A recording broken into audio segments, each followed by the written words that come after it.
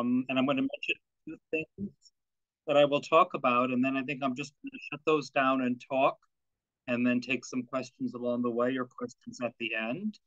I'm not a Zoom user by habit. We use WebEx out here, which is part of the Microsoft suite. The functionality is a little bit different here, but I think I have it now. And we practiced among the three of us a little bit at the beginning. I have, to begin, a little timeline I put together of Lemuel Haynes's life. So let me project that. This is going to be at the top of this file. And now I want to see, where's my Zoom?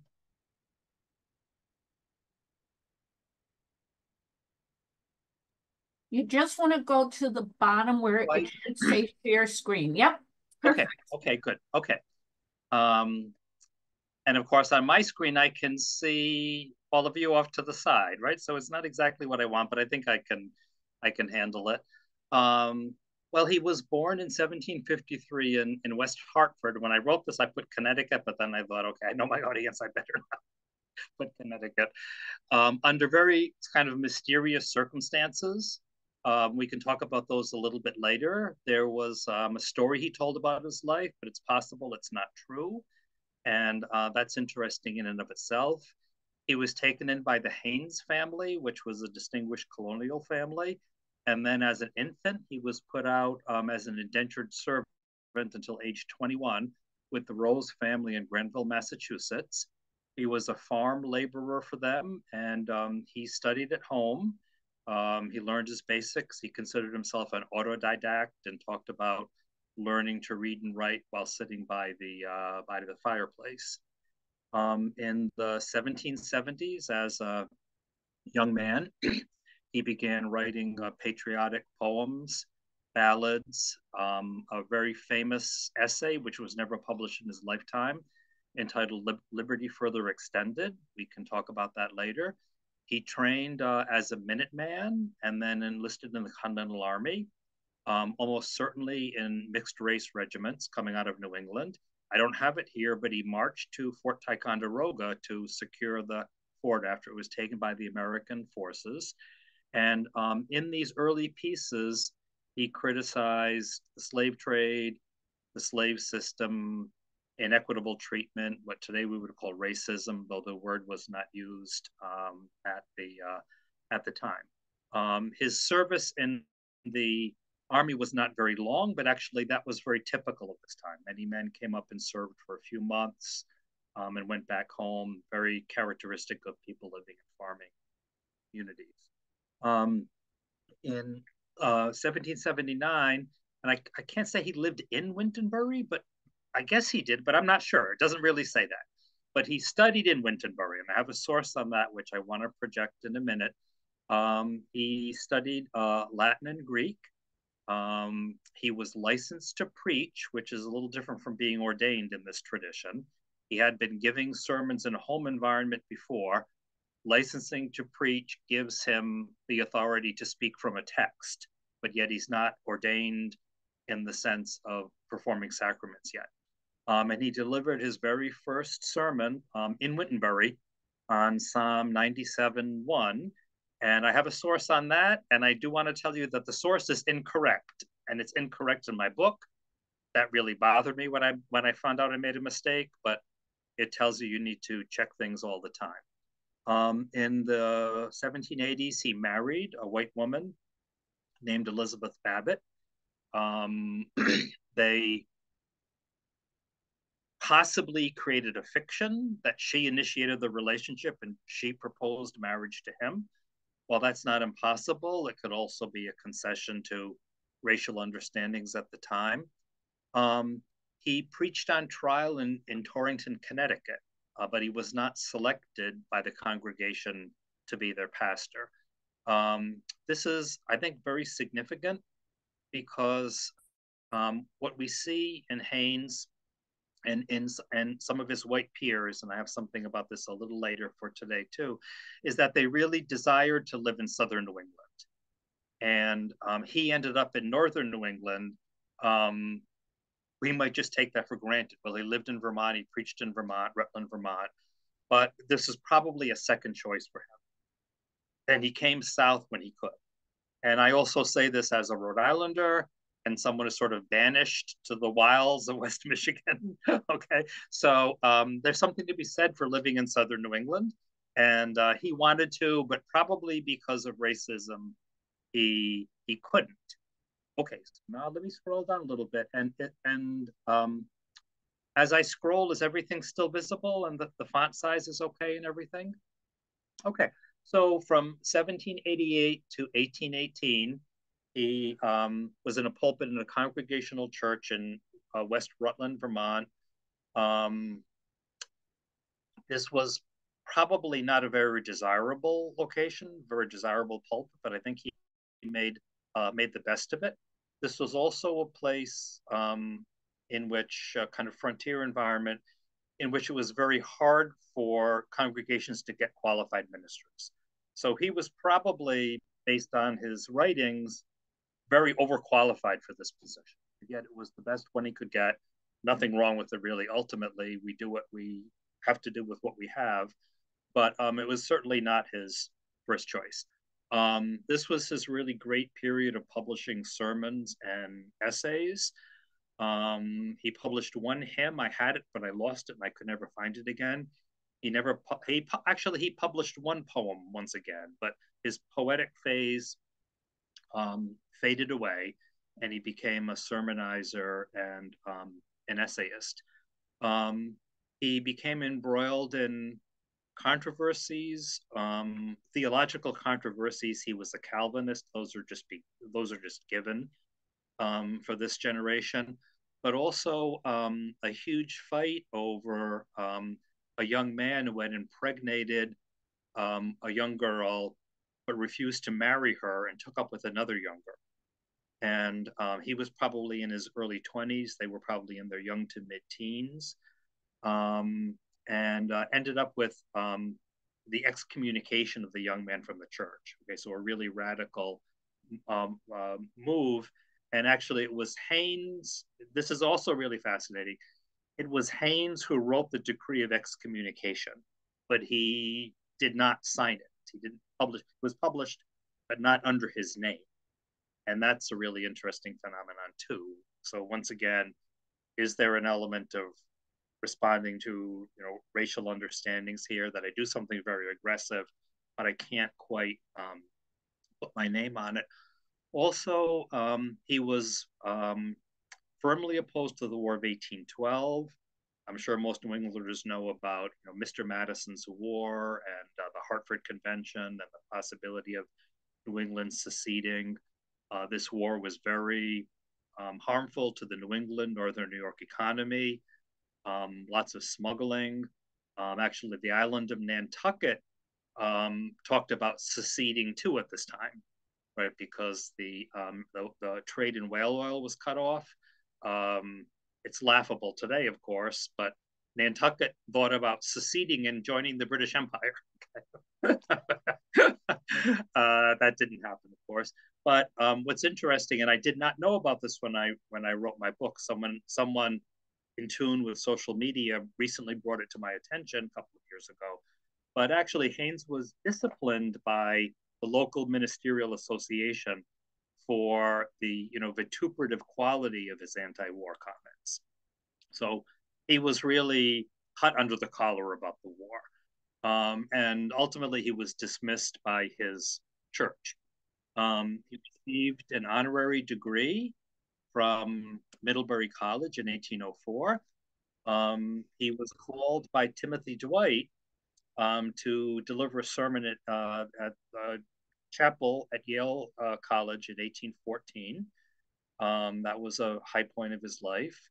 Between 1818 and 1833, he preached here and there in New York and Vermont, but he never secured another pulpit. So this would be filling in when the pulpit was empty. There's also in this tradition what's known as a supply preacher, someone who comes and preaches temporarily when the minister is away or whatever. So it's a little bit like itinerancy, but not constantly being on the move. But anyway, he moved here and there. He um, never got himself another permanent job. But it's also really remarkable that he got involved in a case in Manchester, Vermont, of two brothers who had been accused of killing their brother-in-law.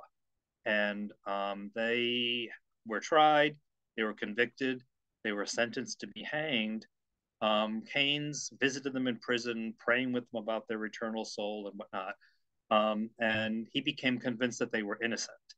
And he published a couple of works about this to spread the news around.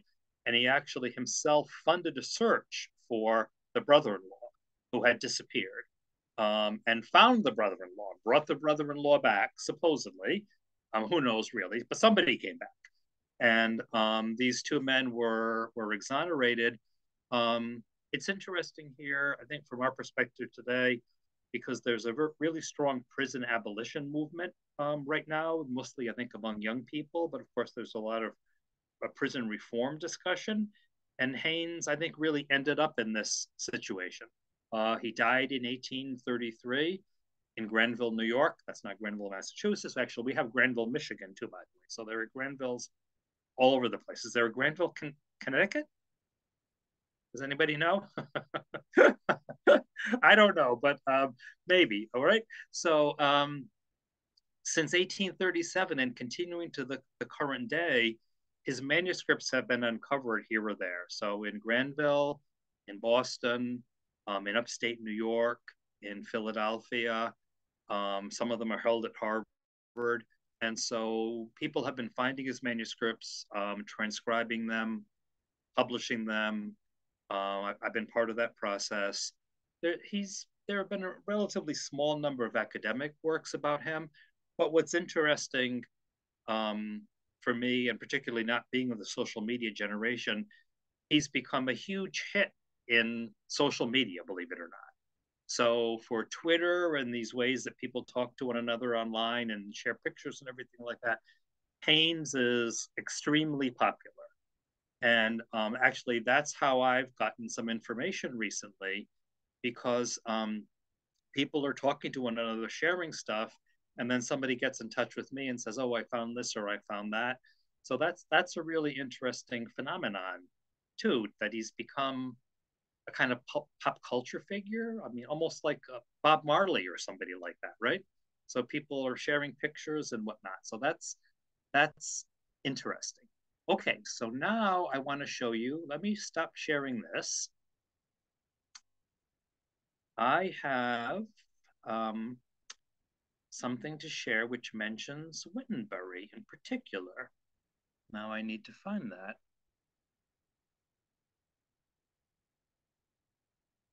Where is it?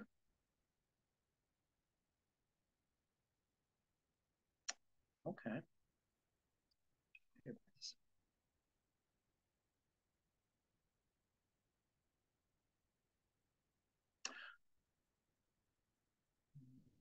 I lost the page too. Okay. This is a screenshot from a website called archive.org. If you don't know about it, it's the best thing on the internet. Archive.org is a huge online library. It's been extremely controversial recently because modern authors have been suing it, because it buys their books and then it lends them electronically for an hour. And people don't like that.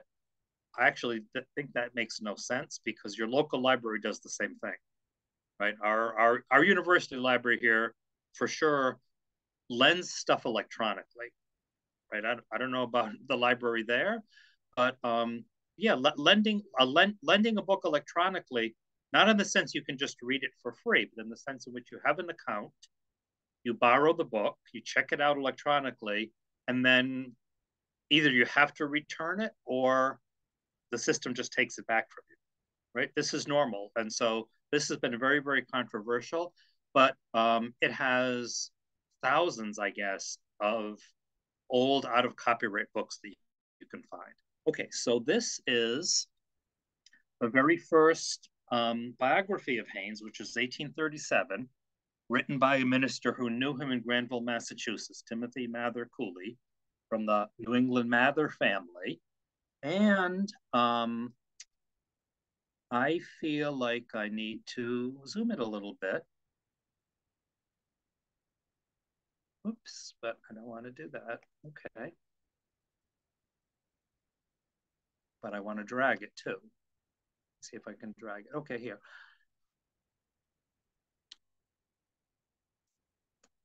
Okay, so he wanted to study Latin and Greek, and he wanted to read the New Testament in the original. And here we go. And Ruthann, this is what I know, but the minister you know may have been involved too. And I have never seen his name, but now I want to find out. So the Reverend William Bradford was at this time. I'm here.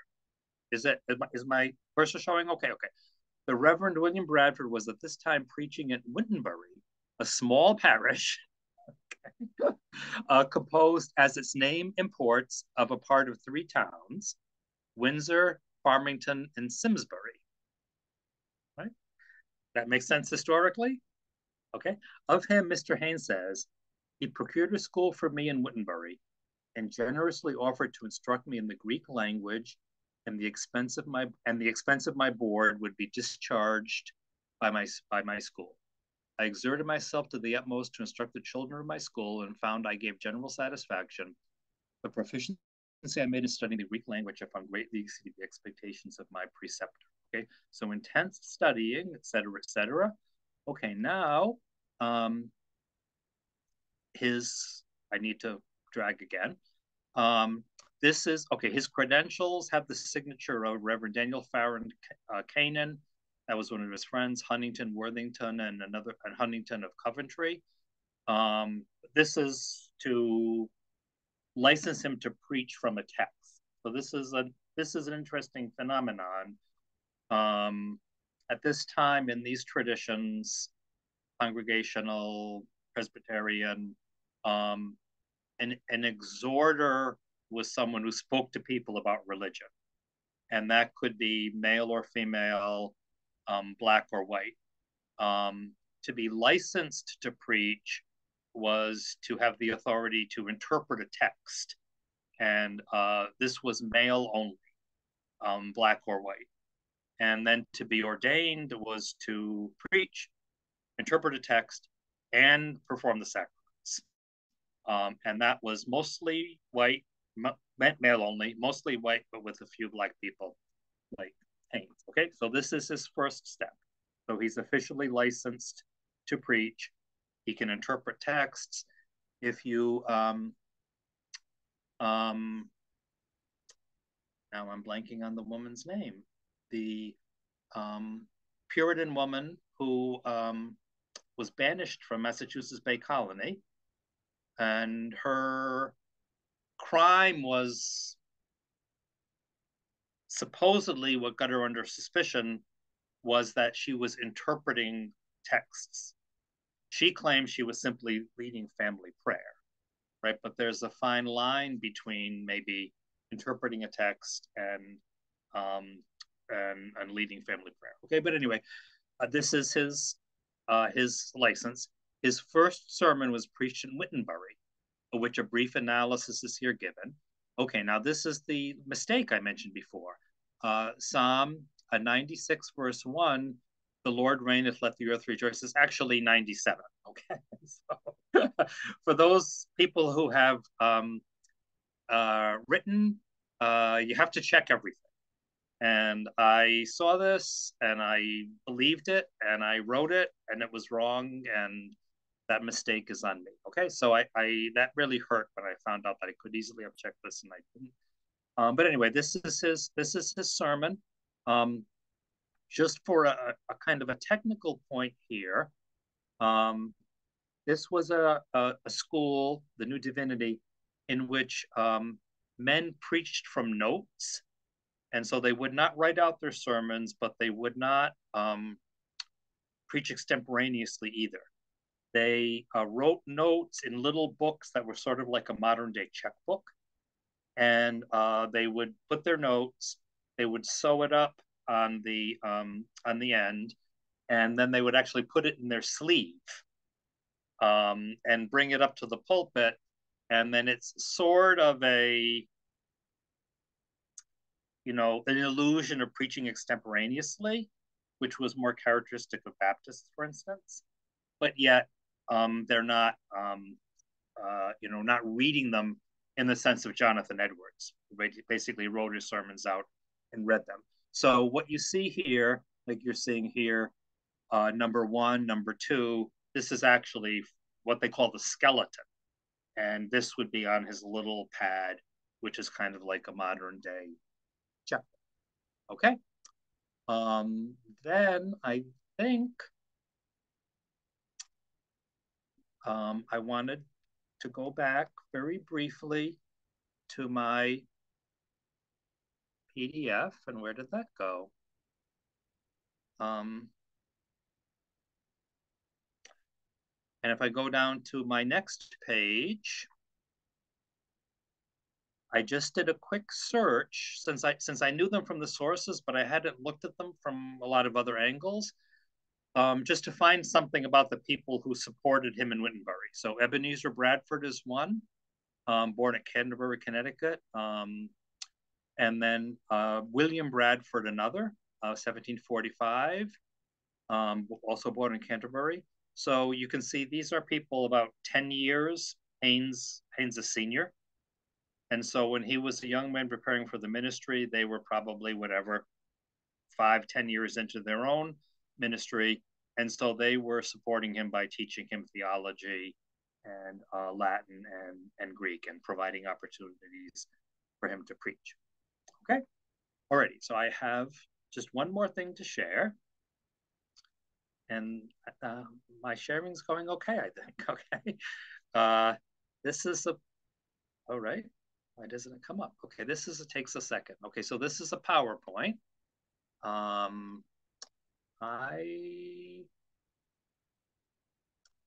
me see.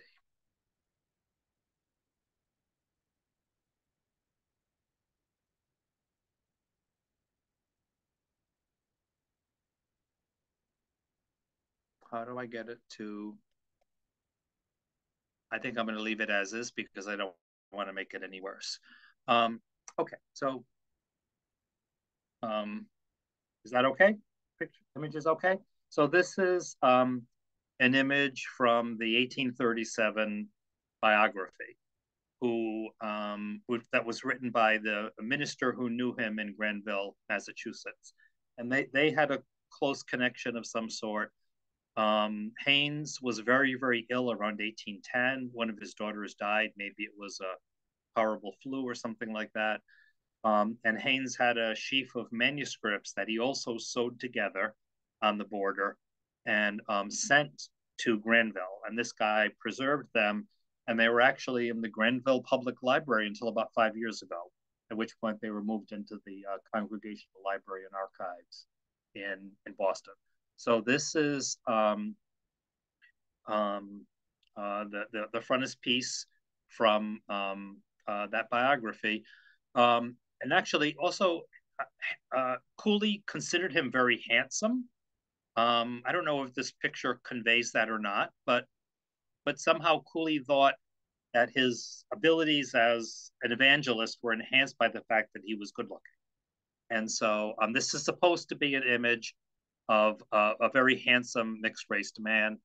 For those of us with a little male pattern baldness going on, we can sympathize with the really high hairline, right? Okay. All right. This is a fascinating, it's actually a tray held at the RISD Museum in Providence. And it's never said to be Haynes, but it's cataloged as being Haynes. So this is supposed to be an image of Haynes preaching. It's also interesting here that it doesn't look like the people are looking at him, but I think this is a convention, right? That you wouldn't have an image with almost everybody's back to you. So this is Haynes in the pulpit, church windows over there, and then these people are around here. but of course, the convention says they have to be looking at us. There were sort of like redos of this. This is an early 20th century one.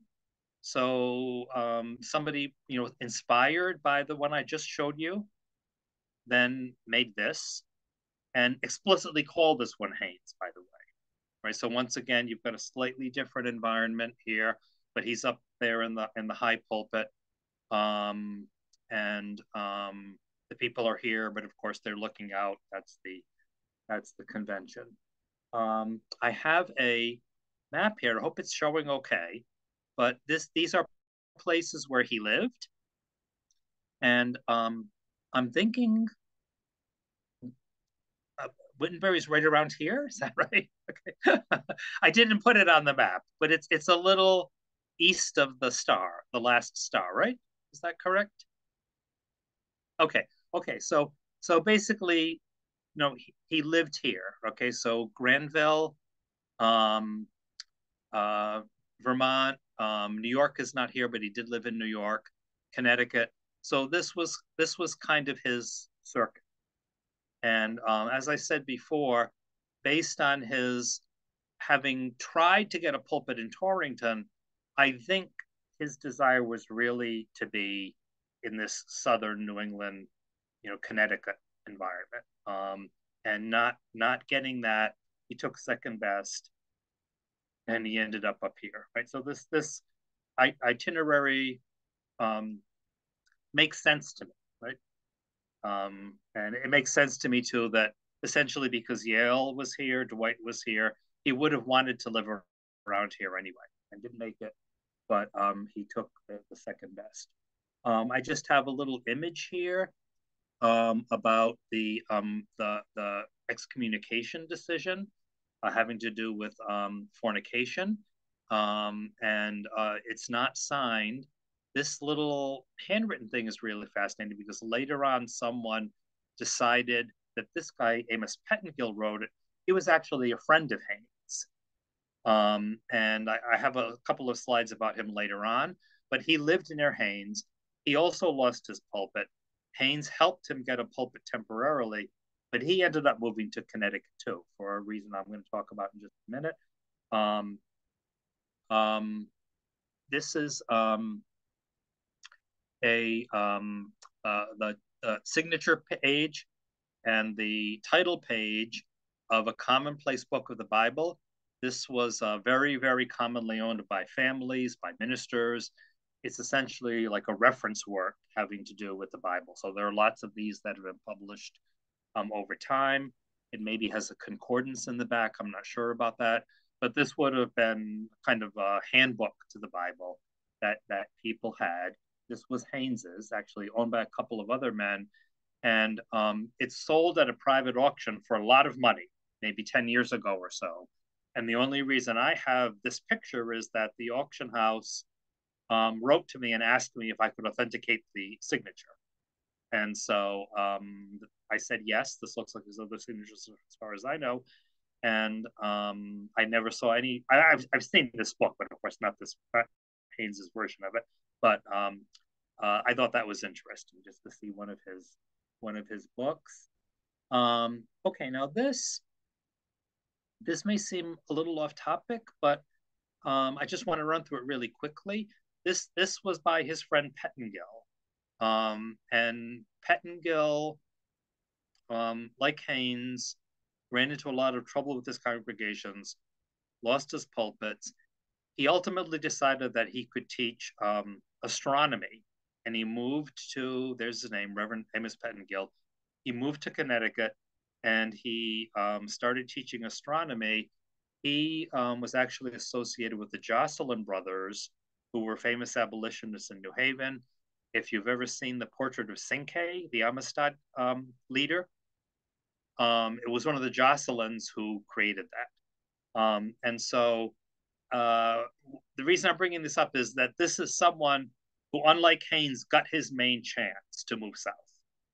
And he took it, and then he became actually a really famous astronomer.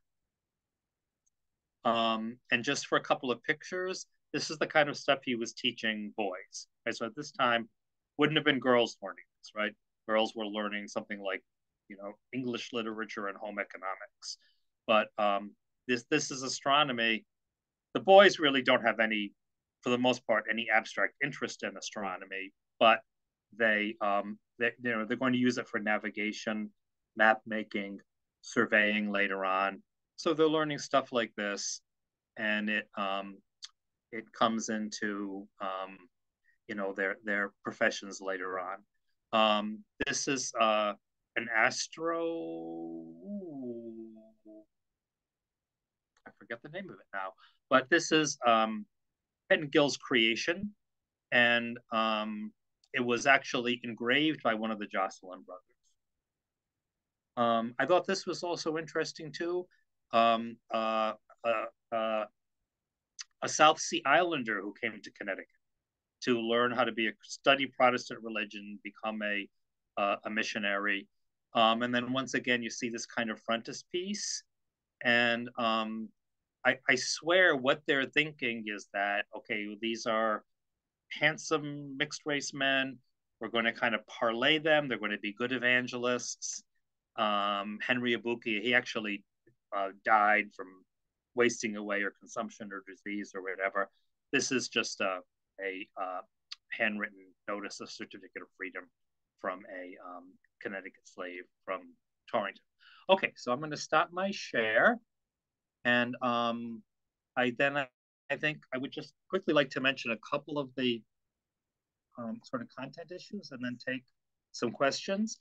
Haynes's birth was reported to be from a young white woman and a black man of, the phrase was, unmingled African extraction. So obviously this was improper. They were not married. And the story is that as soon as she saw the baby and saw how dark skinned he was, she gave him away. And that's how he ends up with the Haynes family. This is all hearsay. We have no idea whether this is right or not. I think it's just as equally possible that he was the child of a white man and a black girl or black woman who was in service in one of the white families.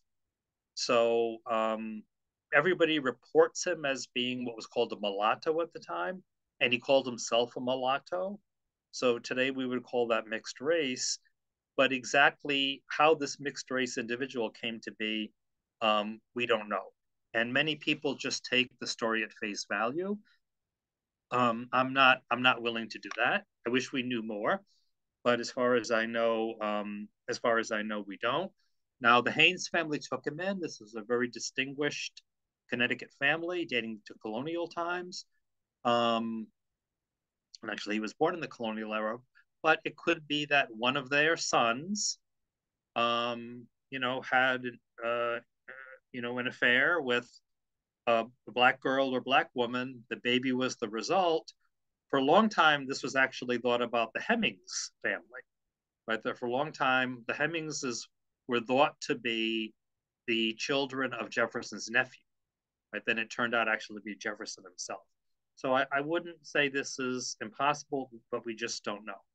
Okay, now the really famous essay, which was never published in his lifetime, is Liberty Further Extended. It's I would say, very, very powerful critique of the slave trade, of the slave system, of racism, of disparate treatment. It appeals to white people in kind of like a natural law element, a Christian theological element, but it also makes a very kind of strong common sense appeal. Like, essentially, you people can't really believe that black people are inferior, right? And he says something like, ocular demonstration will tell you this, right? So he's saying your senses tell you that the races are equal, but yet you don't act as though you know that. And so it's a really interesting argument, and I think maybe in its aggressive quality, very characteristic of a young man. How it was preserved in, I know the name of the family, but I can't remember them right now. Everett, Everhill, a, um, a family somehow preserved his early papers, and they're held at the Houghton Library in Harvard, and that's how we have them.